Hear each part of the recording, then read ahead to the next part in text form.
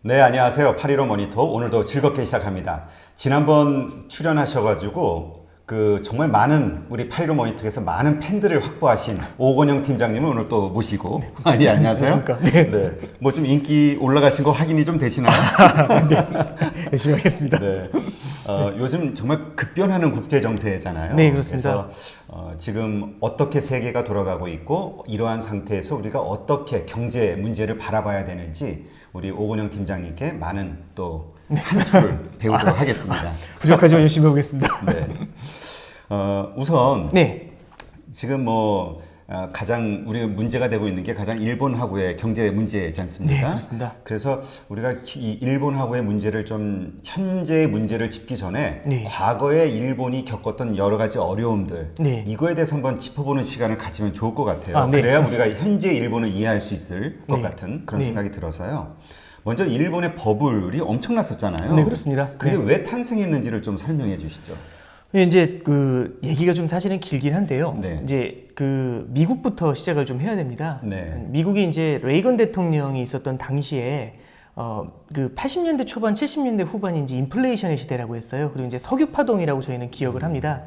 이 석유 파동 당시에 가장 큰 문제점은 뭐냐면은 물가가 너무 많이 뛴다는 거죠. 그래서 그때는 이게 물가 오르는 것에 대해서 자다가도 벌떡 일어난다 뭐 이런 얘기까지 나올 정도였습니다. 요즘은 진짜 물가가 이렇게 죽어 있지만 그래서 물가 상승에 대해서 굉장히 히스테리가 많았는데요. 그때 당시에 이제 미국 중앙은행이죠. 페드 중앙은행 총재로 폴 볼커라는 사람을 데려와요. 근데 그 볼커라는 사람이 키도 엄청 크고요. 2m가 넘습니다. 와, 이건 농구 선수인데요? 그렇죠. 그러니까 이 포스가 엄청난 사람인데 포스만 키만 큰 게 아니라 이 심지도 고든 사람이라 가지고요. 경기를 희생하더라도 경기를 박살내더라도 물가는 잡겠다 이런 생각을 하게 됩니다. 이게 무슨 말씀이냐면 물가라는 거는 결국에는 사람들이 무언가 물건을 사겠다는 수요가 존재하면은 물건의 가격이 올라가게 되잖아요. 그렇죠. 그리고 이제 원유에 대한 수요가 많다 보면 원유의 가격이 올라가지 않습니까? 네. 이런 게 같이 합쳐져 가지고 결국에는 인플레이션의 시대를 만들었던 겁니다. 그래서 이제 폴 볼커 FRB 의장이 그때 당시 미국 금리를 20%까지 들어올려요. 그래요? 지금 얘기가 이제 미국 기준금리 0%로 낮춘다 뭐 이런 얘기까지 나올 정도니까요. 이거 뭐 떼돈 버는 건데. 네, 그렇습니다. 20%까지 금리를 들어올리니까요. 중소기업들 중에 40%가 파산을 합니다. 그게 1981년, 1982년에 미국이었습니다. 그래서 이제 보시면 행복을 찾아서라는 영화가 있어요. 윌 스미스 주연으로 나오는 영화인데 그게 81년도에 샌프란시스코를 무대로 하는 영화입니다. 네. 거기 보면 진짜 윌 스미스가 어떻게 얼마나 힘들게 사는지 그런 사람들의 군상이 나오게 되는데요. 그 정도로 이제 불황기를 겪게 됩니다. 그리고 이제 레이건 대통령이 그때 당시에 취임을 하면서 네. 그래도 강한 미국을 만들겠다라는 얘기를 했었고요. 그때 당시에 이제 말씀드렸던 것처럼 미국 기준금리가 20%까지 올라가면서 물가를 때려잡으니까 아무래도 미국 금리가 높다는 거는 미국 돈인 달러를 갖고 있으면 이자를 더 많이 받는다는 뜻이지 않습니까? 그러니까 해외에서 돈들이 들어오면서 달러를 사다 보니까 달러 가치가 올라가요. 그럼 달러 강세가 나옵니다. 달러가 초강세로 가면 뭐 어떤 문제가 생기냐면 미국의 수출이 안 되는 겁니다. 근데 그때 치고 나왔던 게 바로 서독하고 일본입니다. 서독하고 일본이 70년대 이후에 이제 자동차라든지 이런 제조업 경쟁력을 굉장히 많이 높여놨거든요. 그렇죠. 그러면서 이제 서독은 마르크와 그다음에 일본은 엔화를 약세로 가져가면서 미국에 수출을 시작을 합니다. 근데 저도 사실은 뭐 그 시대를 직접 살았던 건 아니지만 일본이나 서독의 자동차가 디자인이나 성능 면에서 미국의 그것에 비해서 굉장히 좋았다고 하네요. 예. 거기에 가격까지 쌉니다. 그러니까 미국의 자동차 산업, 미국의 철강 산업, 미국의 제조업 산업이 하나둘씩 죽어가는 거를 직접 레이건 대통령이 눈으로 본 거죠. 그래서 미국에서는요, 1985년 9월 달에 더 이상 이걸 좌시할 수 없다. 왜냐하면 미국이 대일 무역 적자죠. 일본이랑 일본이랑 무역을 할 때 다 적자를 있는 대로 기록하는 겁니다. 예. 그래서 미국이 견딜 수 없다라고 생각한 나머지 G5 회의를 진행을 해가지고요. 미국의 플라자 호텔로 G5 국가의 정상들을 불러요. 거기서 이제 일본 대표도 왔겠죠. 일본 정상한테도 이제 왔을 텐데 일본하고 서독 정상한테 무엇을 요구하냐면 엔화를 갖다가 절상해라. 엔화를 2배 이상 절상해라. 이런 얘기를 합니다. 그때 당시 환율이 1달러에 250엔이었어요. 그러니까 달러당 250엔이라는 얘기는 생각해 보시면 250개의 엔이 있어야 1달러를 사는 거잖아요. 그렇죠. 근데 불과 수개월 만에 엔화의 환율이 1달러에 120엔까지 내려갑니다. 그럼 1달러에 120엔, 120엔만 있으면 1달러짜리를 산다는 얘기지 않습니까? 네, 그러니까 그렇죠. 그만큼 엔화가 초강세로 가게 됩니다. 그럼 직관적으로 생각해 보셨을 때 엔화가 강세로 간다는 얘기는 일본의 수출 산업이 굉장히 어려워진다는 걸 그렇죠. 얘기를 하게 되는 값이 거잖아요. 2배 오른 거잖아요. 네, 그렇습니다. 그러니까 일본의 수출 산업이 상당히 어려워진 거라는 걸 생각을 하게 되니까 내수 쪽에 대한 경기 부양 쪽으로 포커스를 틀게 됩니다. 그래서 내수 부양을 위해 가지고 금리를 낮추고 아무래도 자산 가격이 올라가면 사람들이 소비를 늘리게 되지 않습니까? 그렇죠. 그래서 자산 경기 부양을 위해서 금리를 낮춰주는 정책들, 부동산에 대한 규제를 풀어주는 정책들 이런 걸 쓰게 됩니다. 그러면서 이제 일본의 경기가 이제 부글부글 들어 올라가기 시작하죠. 근데 이제 거기서 결정타가 하나 나와요. 85년도, 86년도 플라자 합의를 하면서 엔화가 2배로 절상됐음에도 불구하고 네. 뭐가 안 풀렸냐면 대일 무역 적자가요. 네. 늘어나진 않는데 궁극적으로 원하는 건 무역 적자를 줄이는 겁니다. 그렇죠. 미국은 그렇게 했죠. 그렇습니다. 무역 적자가 있는 대로 늘어났는데 이게 더 이상은 늘어나지 않는 거죠. 엔화가 2배로 절상이 되니까 이렇게 수평으로 옆으로 그냥 쭉 기고 있는 겁니다. 미국 입장에는 속이 타죠. 그러면서 이제 결국에 얘기하고 싶은 건 뭐냐면 무역 적자를 다시 돌리고 싶다라고 생각하는 겁니다. 무역 적자를 현재 상태로 유지하는 게 아니라 이거를 줄이고 싶은 거죠. 그래서 87년도 2월 달에요. 프랑스 루브르로 다시 한번 G5가 모이게 됩니다. 아, 그래서 거기서 이제 일본한테 단도직입적으로 얘기하죠. 너희들 소비를 키우라고요. 그래서 적극적인 금리 인하와 함께 내수 부양을 보다 적극적으로 해라. 이제 그런 걸 이제 주문을 하게 됩니다. 그럼 어떤 일이 벌어지게 되냐면 일본이 내수 부양에 나서게 되죠. 네. 일본이 내수 부양을 한다는 얘기는 일본이 미국의 물건을 산다는 얘기입니다. 일본이 미국의 물건을 사게 되면 당연히 적자가 줄어들게 되겠죠. 근데 이제 일본이 내수 부양을 하면서 내수가 부글부글 끌어오르죠. 그러다 보니까 이제 일본 버블 경기가 높아집니다. 아, 근데 여기서 굉장히 재밌는 일이 두 가지가 있었어요. 어떤 일이 있었냐면은 그 85년도 중반부터요. 예.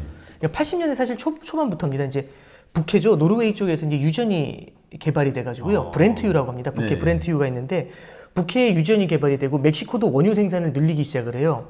그럼 어떻게 되냐면 기존의 오펙 국가들, 그러니까 결국엔 사우디를 중심으로 한 중동 국가들뿐만 아니라 멕시코라든지요, 아니면은 노르웨이의 유전이 같이 들어와가지고 원유 경쟁을 하게 되죠. 그러면 기존의 왕좌들 입장에서는 그 결국에는 원유에 대한 패권을 장악하고 있었던 애들 입장에서는 멕시코나 노르웨이가 눈에 가실 겁니다. 근데 이쪽이 워낙에 원유 생산을 적극적으로 하면서요, 기존에 있었던 마켓 시어를 빠르게 줄이기 시작해요. 그래서 사우디라든지 이런 중동 국가들의 원유 시장 마켓 시어가 거의 30% 40% 줄어들게 됩니다. 아, 그래 많이 줄었네요. 네, 그러니까 사우디 입장에서는 이걸 가만히 좌시할 수가 없죠. 그래서 사우디가 생각한 게 뭐냐면 이런 경쟁자들이 들어올 때 죽일 수 있는 가장 좋은 방법은 유가를 떨어뜨리는 겁니다. 그렇죠. 원유 가격을 바닥에 붙여놔가지고 이쪽이 채산성이 안 나오면 망하게 될 거지 않습니까? 네. 그때 다시 원유에 대한 경쟁력을 높이려는 거죠. 그래서 85년도 12월 달부터 사우디가 원유 공급 경쟁을 합니다. 증산 경쟁을 하죠. 원유를 확 풀기 시작하니까 그때 당시 제 기억에 85년도 12월에 국제유가가 배럴당 32달러 정도 했어요. 그게 5개월 만에 배럴당 10달러까지 추락했습니다. 아, 많이 떨어졌네요. 많이 떨어 3분의 1 토막이 난 그러니까 거죠. 3분의 1 토막이니까. 그래서 이제 사실은 그것도 지금하고 사실 페이즈 오프를 하게 되면은 최근에 보면 셰일 오일을 잡기 위해서 사우디와 러시아가 증산한 그런 그렇죠. 그림이 나오게 되죠. 예, 유가가 안정이 됩니다. 그래서 그때 당시 유가가 워낙에 낮은 수준을 기록하고요. 두 번째는 엔화가 굉장히 강하게 절상이 됐잖아요. 예. 엔화가 강세란 얘기는요, 해외에서 수입되어 들어오는 물건의 가격이 낮아진다는 뜻입니다. 그렇죠. 그러니까 예전에는 250개의 N이 있어야지 1달러짜리 물건을 샀는데 120개의 N만 있어도 1달러짜리 물건을 산다면 훨씬 더 싼 가격의 해외 물건을 가져오는 거죠. 그렇죠. 엔화 절상으로 수입품의 가격이 낮아집니다. 유가 하락으로 에너지 가격이 안정이 됩니다. 그럼 물가 자체가 크게 들썩거리지 않죠. 물가가 안정된 상태에서 부동산 가격 버블이 나와요. 부동산 가격 버블만 보면은 일본 중앙은행은 기준금리를 올려야 되는데 물가가 안정이 돼 있으니까 기준금리를 올릴 생각을 할 수가 없습니다. 그러면 어떻게 되냐면 올라가는데 자산 가격이 부글부글 끌어오르는데도 중앙은행이 실기를 하게 되죠. 실기라는 건 기회를 놓친다는, 제때를 놓친다는 겁니다. 적기에 금리를 올리지 못하고 좌시해버리죠. 그러면서 이제 부동산 가격이 강하게 뛰어 올라가게 되고요. 당시 이제 기업들이 어떤 일이 벌어지게 되냐면 수출 기업들도요, 부동산을 샀답니다. 맞아요. 아니, 왜냐하면 제조업 제품을 사가지고 뭘 수출을 해가지고 돈을 벌 게 없고 부동산을 사면 그 순간에 몇 배씩 뛰어오르니까요. 그러니까 부동산 가격이 뛰니까 개인들도 은행에서 대출을 있는 대로 받아가지고 집을 사는데 같이 동참을 하게 되죠. 그래서 부동산 가격이 어마어마하게 뛰어올랐고 그게 1988년, 89년도에 일본 부동산에 어마어마한 거대한 버블을 만들게 됩니다. 네. 그랬군요. 네. 근데 그렇게 막 버블이 올라가다가 네. 이게 한번 확 꺼졌잖아요. 네, 그렇습니다. 부동산만 올라간 게 아니라 부동산과 함께 이 주식 시장까지 네, 같이 그렇습니다. 막 엄청 네. 폭등을 했다고. 네, 그렇습니다. 네. 근데 이게 꺾이는 계기가 왜 그렇게 된 거죠? 이제 그 말씀을 좀 드려야 되는데요. 이제 사실은 그때 당시 89년도 하반기예요. 네. 89년도 하반기 일본 중앙은행 총재가 새롭게 취임을 하게 됩니다. 근데 그분이 들어오시면서 이제 그 취임 일성으로 한 얘기가 뭐 같이 함께 잘 살아보자 이게 아니라 자산 가격의 버블을 적극적으로 방지하겠다 이런 얘기를 해요. 그러면서 부동산 시장이나 주식 시장에서의 버블이 경제를 해치는 그러니까 일종의 투기잖아요. 그렇죠. 건전한 생산이 아니라 투기를 하는 것에 불과하다라는 그런 인식을 굉장히 강하게 갖게 됩니다. 그러면서 바로 기준금리를 들어 올려가지고 버블을 잡기 위해 노력을 하죠. 그때 당시 이제 일본의 이제 기준금리가 2.5%였거든요. 네. 그걸 6%까지 불과 몇 개월 만에 올려버립니다. 완전 급등했네. 그렇죠. 2.5%의 기준금리를 6%까지 올려버리면 어떤 문제가 생기냐면 아까 전에 말씀드렸던 것처럼 부동산을 살 때 대출을 받아서 샀다라고 그렇죠. 말씀드렸잖아요. 그때 당시 대출이요. 그냥 우리나라는 지금 뭐 LTV가 30% 40% 이러지만 그때 당시 일본의 LTV가 120% 이랬답니다. 뭐 돈을 더 주면 그렇죠. 예. 그러니까 집값이 올라갈 거니까 더 대출을 해줬다 뭐 이런 얘기들도 있었으니까요. 근데 말씀드리고 싶은 거는 그러면은 결국에는 집값이 어마어마하게 높아져 있는 상태에서 대출을 많이 끼고 들어간 겁니다. 근데 그 상태에서 금리가 딱 올라가 버리면은 확 올라가 버리면은 대출 이자 부담이 늘어나게 되죠. 한두 명이 그걸 느끼는 게 아니라 집을 사서 대출을 갖고 있는 모두가 느낍니다. 그럼 이 사람들이 부담스럽잖아요. 집값은 많이 올랐는데 이제 이자 부담이 크니까 이걸 팔아가지고 부채를 줄이고 싶은 겁니다. 문제는요. 이 바늘구멍은 굉장히 작은데 수많은 사람들이 이 바늘구멍으로 나가려는 거죠. 이 얘기는 뭐냐면 전부 다 집을 던져가지고 어떻게든지 이 빚을 상환해 보려고 하는 겁니다. 근데 문제는 뭐냐면 너도 나도 집을 던지려고 매물을 내놓게 되면은 주택 가격은 굉장히 빠르게 하락하죠. 그렇죠. 근데 주택 가격이 하락하는 속도보다 부채는 뭐 집값이 예를 들어서 10억짜리가 3억이 돼도 5억을 대출받고 집을 샀다고 해볼게요. 10억짜리가 3억이 돼도 5억의 부채는 그대로 남아있지 않습니까? 그렇죠. 이런 문제가 생깁니다. 그러면은 결국에는요. 사람들이 부채를 제대로 상환하지도 못하고 주택 가격이 굉장히 큰 폭으로 주저앉아 버리는 그런 문제가 생기게 됩니다. 그러면서 이제 90년대 후반부터 90년도 이제 그 하반기부터요. 드디어 이제 주택 가격이 빠르게 하락을 하기 시작을 하죠. 근데 이제 더 재밌는 건 뭐냐면 그 요즘하고 좀 많이 달라요. 요즘을 보시면은 미국 경기가 나쁘지는 않은 것 같은데 약간의 문제가 생기는 것 같으면은 그 미국 중앙은행인 페드에서 기준금리를 낮추거나 그렇죠. 아니면 뭐 양적 긴축을 중단하거나 이런 걸 하면서 계속 부양을 해주거든요. 근데 그때 당시 일본 중앙은행은요 투기의 버블이 꺼지는 아주 정상적인 과정이다라는 코멘트를 하면서 제때 기준금리 인하를 하면서 이 떨어지는 버블을 갖다 방어를 해줘야 되는데 이게 훅 떨어지는 거를 사실상 방조를 해버리게 되죠.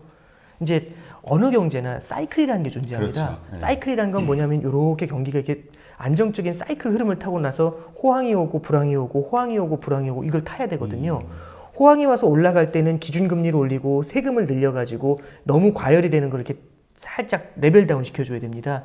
이때 증세를 해가지고 세금을 걷어놓은 걸로 경기가 가라앉았을 때 밑을 받쳐주는 거죠. 이런 과정을 반복해야 되는데 일본의 경우는 어떻게 된 거냐면 버블 때문에 이렇게 사이클이 나오게 된 거죠.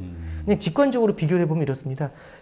이제 결국에는 공이 여기까지 뛰어서 이렇게 여기까지 떨어지는 거하고 하늘 끝에서 땅 끝까지 때리는 거 충격이 다르죠. 여기서부터 여기까지 떨어지면 기절해가지고 일어나질 못합니다.